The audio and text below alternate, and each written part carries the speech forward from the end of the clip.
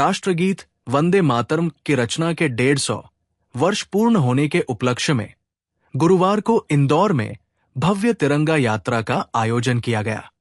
देवी अहिल्या विश्वविद्यालय परिसर भंवरकुआं से शुरू हुई इस यात्रा में हजारों की संख्या में शहरवासी, विद्यार्थी, युवा और विभिन्न सामाजिक संगठनों के सदस्य शामिल हुए। हाथों में तिरंगा और देशभक्ति के नारों के साथ पूरा माहौल राष्ट्रभक्ति के रंग में रंगा नजर आया। डीजे पर बज रहे देशभक्ति गीतों पर युवाओं का उत्साह भी देखने लायक था। तिरंगा यात्रा में मध्य प्रदेश के कैबिनेट मंत्री कैलाश विजयवर्गीय, राव विधायक मधु वर्मा, विधायक रमेश मेंदोला, विधायक गोलू शुक्ला, महापौर पुष्यमित्र भार्गव और भाजपा नगर अध्यक्ष सुमित मिश्रा सहित अनेक जनप्रतिनिधि मौजूद रहे।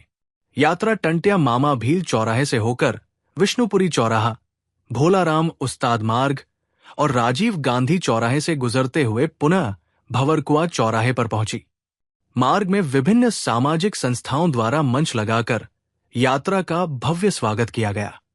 राव विधायक मधु वर्मा ने कहा कि वंदे मातरम केवल एक गीत नहीं, बल्कि भारत के स्वतंत्रता संग्राम में करोड़ों देशवासियों के लिए प्रेरणा का स्रोत रहा है। उन्होंने कहा कि इस यात्रा का उद्देश्य युवाओं और विद्यार्थियों में राष्ट्रभक्ति की भावना को और अधिक मजबूत करना है।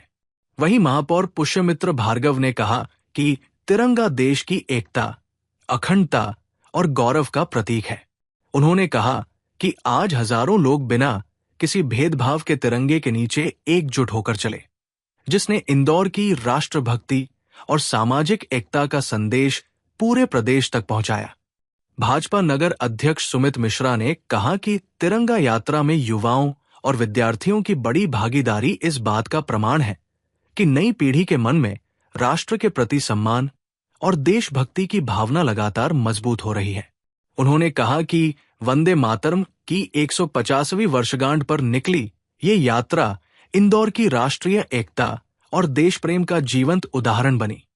देशभक्ति के जोश, तिरंगे की शान और हजारों लोगों की सहभागिता के साथ निकली ये यात्रा इंदौर में स्वतंत्रता दिवस से पहले राष्ट्र प्रेम का एक भव्य संदेश देकर संपन्न हुई। तिरंगा यात्रा का एक उद्देश्य होता है, वो होता है राष्ट्रभक्ति, राष्ट्र प्रेम।